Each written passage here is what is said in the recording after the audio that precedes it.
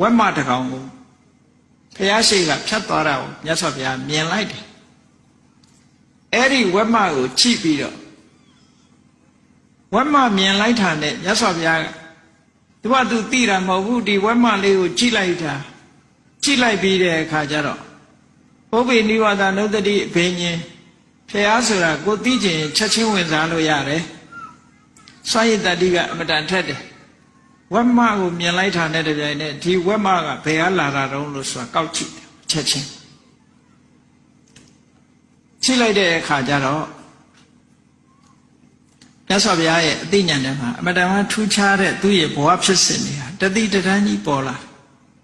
ဒါကြောင့်မို့လို့ဝက်မလေးကိုမြင်လိုက်တဲ့အခါမှာမြတ်စွာဘုရားကပြုံးမိသူ့ရဲ့ဘဝဖြစ်စဉ်တွေကိုကြည့်လိုက်တော့ပြုံးတာဘဝဆိုတာတခုနဲ့တခုမတူ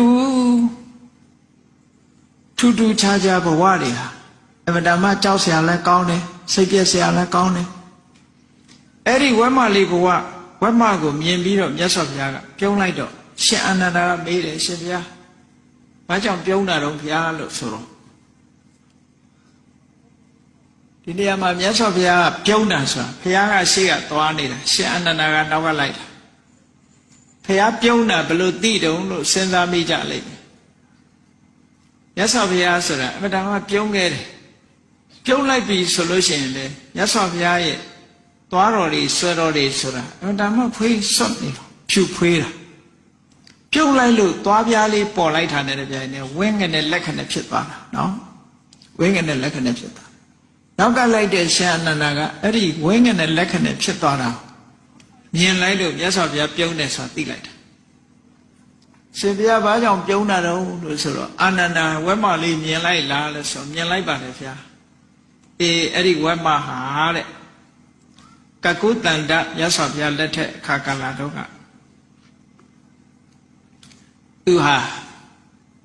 ကြက်မလေးတစ်ကောင်ဖြစ်ခဲ့တယ်ဝတ္တုကြက်တို့နီးတယ်နော်ဟင်အိုနာမှာတော်နီးတဲ့အကောင်လေးအဲ့တော့သူကကြက်မလေးဖြစ်တဲ့အချိန်မှာရဟန်းတော်တွေဆွမ်းစားတဲ့ဇယအနီးပေါ့ဆွမ်းစားတယ်ဆိုတဲ့နေရာမှာအခုခေတ်နဲ့တွက်လို့တော့မရဘူးရဟန်းတော်တွေကတောရအကြောင်းမှာသတင်းသုံးကြတာဆိုတော့မြို့ထဲမှာဆုံးခံပြီးလို့ရှိရင်ဒီဆွမ်းနေဟင်းတွေကိုတည်ပြီးတော့တောတဲ့ထီအောင်သွားရမယ်ဆိုရင်တော်ဝေးလေအဲ့ဒါကြောင့်မို့လို့ဆွမ်းခံပြီးလို့ရှိရင်အဲ့ဒီတော့ကမြို့တဲတို့မြို့အပြင်ဝါတို့ဇေယျလေးတွေဆောက်ထားတာရှိတယ်ကုသိုလ်လိုချင်တဲ့ပုဂ္ဂိုလ်တွေက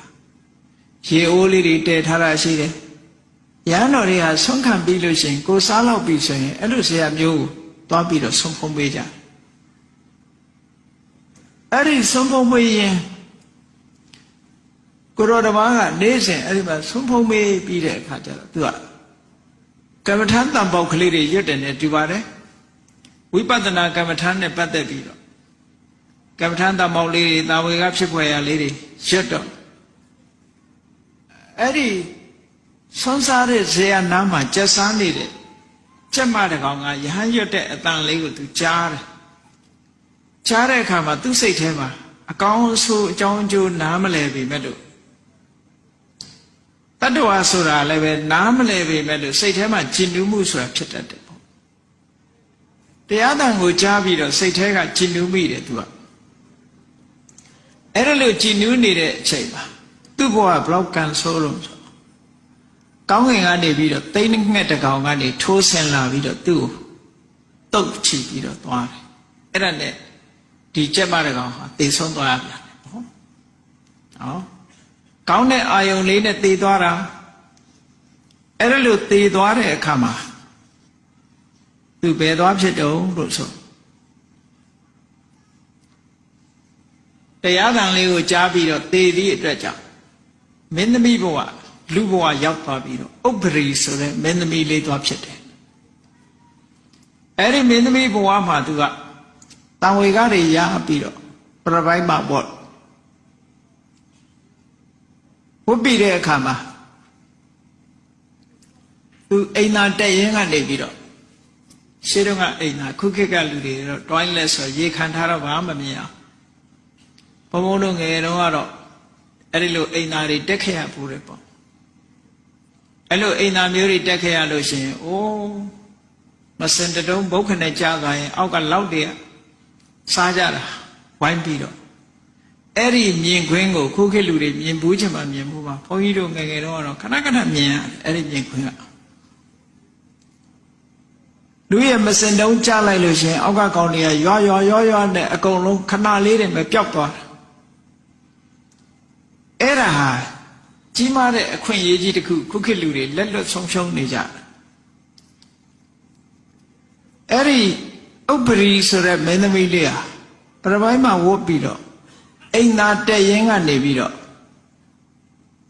မစင်တုံးကိုပိုးကောင်တွေစားတော့တာကိုချီပြီးတော့ပုလူဝကတင်ညာလို့ဆိုတယ်အတုပကမ္မထန်တစ်ခုသူပွား